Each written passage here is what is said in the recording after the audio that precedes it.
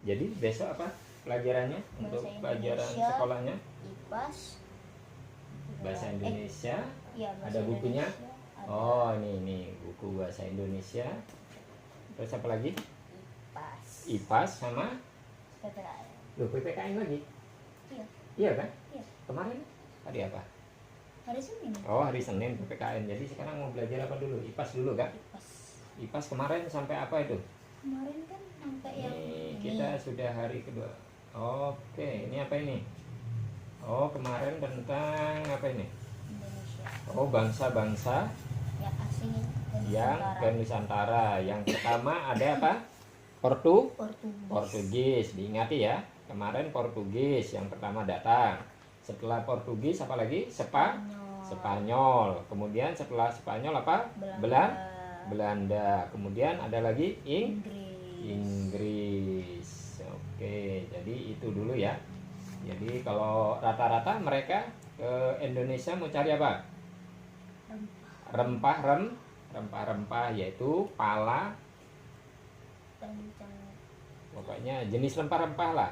Yang dulu kebanyakan ada di daerah Maluku, Portugis, Spanyol, Belanda, kemudian Inggris juga sempat datang. Dan yang terakhir sebelum kita merdeka itu ada bangsa Asia sendiri, yaitu bangsa Jepang.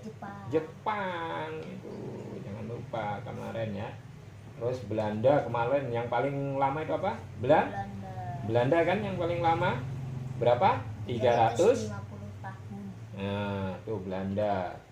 Kemudian Belanda itu punya perusahaan yang sebenarnya dia bukan negara waktu pertama datang, yaitu perusahaan dagang atau orang berdagang. Itu yang pertama. Apalagi habis ini yang kita pelajari? Mengenal perlawanan terhadap penjajah. Nah, itu. Jadi kita lihat sekarang ada perlawanan terhadap penjajahan di Indonesia. Jadi yang pertama ini perang Jawa, yaitu perjuangan Pangeran Diponegoro. Coba dibaca dulu nanti, jadi kita tahu. Memasuki abad ke-19, keadaan di Jawa, khususnya di Surakarta dan Yogyakarta, semakin memprihatinkan. Nah, itu terus. Intervensi pemerintah Belanda melahirkan konflik baru di lingkungan kerajaan.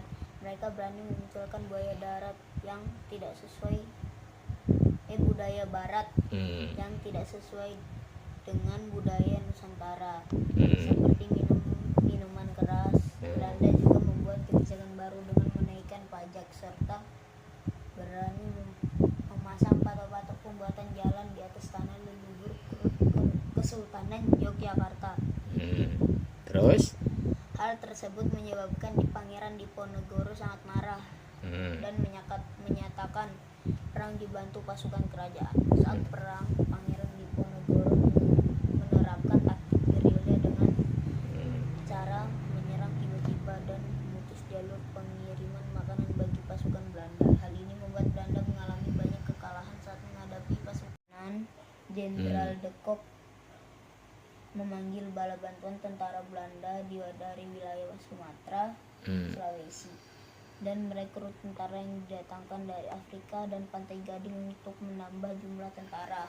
Selain itu, sang jenderal juga menetapkan strategi baru yang dikenal dengan benteng Stelsel, yakni membangun banyak benteng untuk mempersempit ruang gerak pasukan Diponegoro. Hal ini membuat pasukan Diponegoro terdesak dan mengalami banyak kekalahan, sehingga terpaksa berunding dengan Belanda.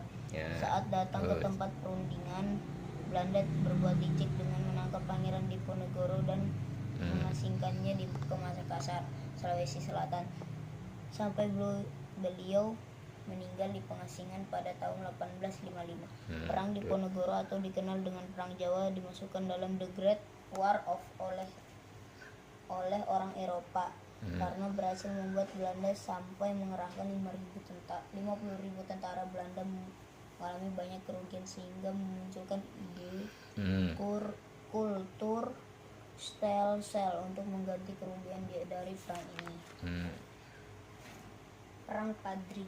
Nah, selain perang Diponegoro ada juga perang Padri. Nah, tadi kalau perang Diponegoro disebutnya perang apa? Perang Jawa. Perang Jawa. Kemudian perang Padri, perjuangan Tuanku Imam Bonjol. Ya, terus Perang Padri terjadi di tanah Minangkabau, Sumatera Barat. Perang tersebut bermula dari pertentangan antara kaum adat dengan kaum agama, kaum Padri, terkait praktik keagamaan dan menimbulkan peperangan oleh karena kaum adat mengalami kekalahan dalam perang dan terdesak. Akhirnya kaum adat meminta bantuan tentara Belanda dan yang ada di wilayah itu. Sebagai imbalannya, Belanda akan memanfaatkan kesempatan dengan menginginkan wilayah Minangkabau menjadi wilayah kekuasaan oleh Tuanku Imam Bonjol.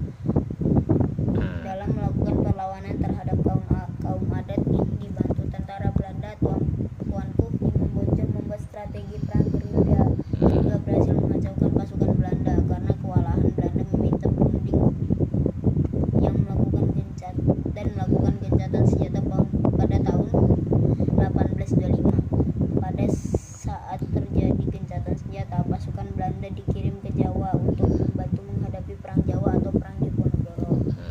Setelah memenangkan perang Jawa, pasukan Belanda ditarik ke Sumatera Barat untuk melawan kaum Padri yang sudah menguasai wilayah Sumatera Barat.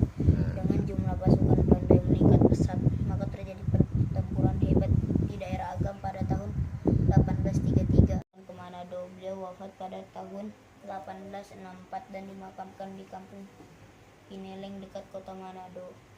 Diingat itu. Pada masa penjajahan, kehidupan rakyat Indonesia sangat menderita. Rakyat Indonesia mengalami beragam penderitaan dan ingin terbebas dari penindasan dan penjajahannya ini dengan melakukan berbagai perlawanan. Cara yang dilakukan rakyat Indonesia masih mengatasnamakan daerah masing-masing, sehingga belum ada rasa persatuan dan kesatuan nama bangsa Indonesia. Hal ini menyebabkan gagalnya bangsa Indonesia mengusir para penjajah. Dengan pengalaman tersebut, kaum terpelajar ingin berjuang dengan apakah masa pergerakan nasional mampu mengusir penjajah? Bagaimana cara pergerakan nasional melakukan perlawanan dengan para penjajah? Mari kita cari tahu dengan membaca teks di bawah. Nah, jadi tadi ada perang Jawa dipimpin oleh Diponegoro tahun berapa? Tahun 1825 sampai 18 berapa? 30. Ingat-ingat ya, Diponegoro itu 1825 sampai 1830. Nah, itu diingat-ingat ya, yang penting perangnya. Kemudian ada lagi perang Padri, yaitu dipimpin oleh Tuanku Imam Bonjol. Jadi ini sempat membantu juga. Kemudian karena istilahnya tidak ada persatuan di antara bangsa Indonesia, maka mereka kalah. Kemudian mulailah masa pergerakan nasional. Oke, yuk coba dibaca tentang. Pada masa awal pergerakan, lahirlah organisasi-organisasi pergerakan seperti Budi Utomo, Sarekat Dagang Islam, Muhammadiyah, dan Indische Partij. Berkembang masa awal radikal yang menghasilkan organisasi seperti Perhimpunan Indonesia dan Partai Komunis Indonesia yaitu PKI. Masa selanjutnya yaitu masa moderat dengan bersedia bekerja sama dengan pemerintah Hindia Belanda.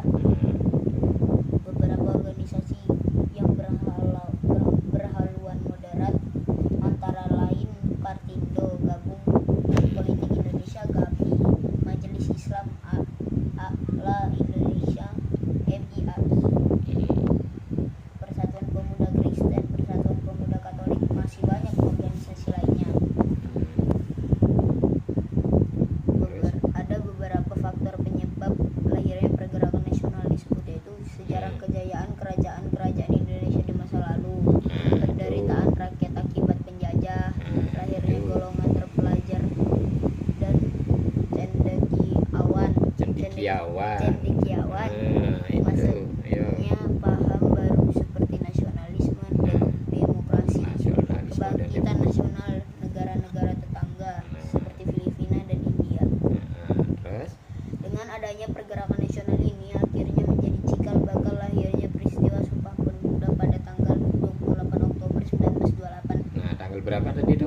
Sumpah Pemuda 28 Oktober 1928. Dari hasil kongres diperdengarkan dan dipublikasikan pertama kali pada surat kabar Sinpo dengan mencantumkan teks bahwa lagu itu merupakan lagu kebangsaan. Berikut isi dari teks Sumpah Pemuda.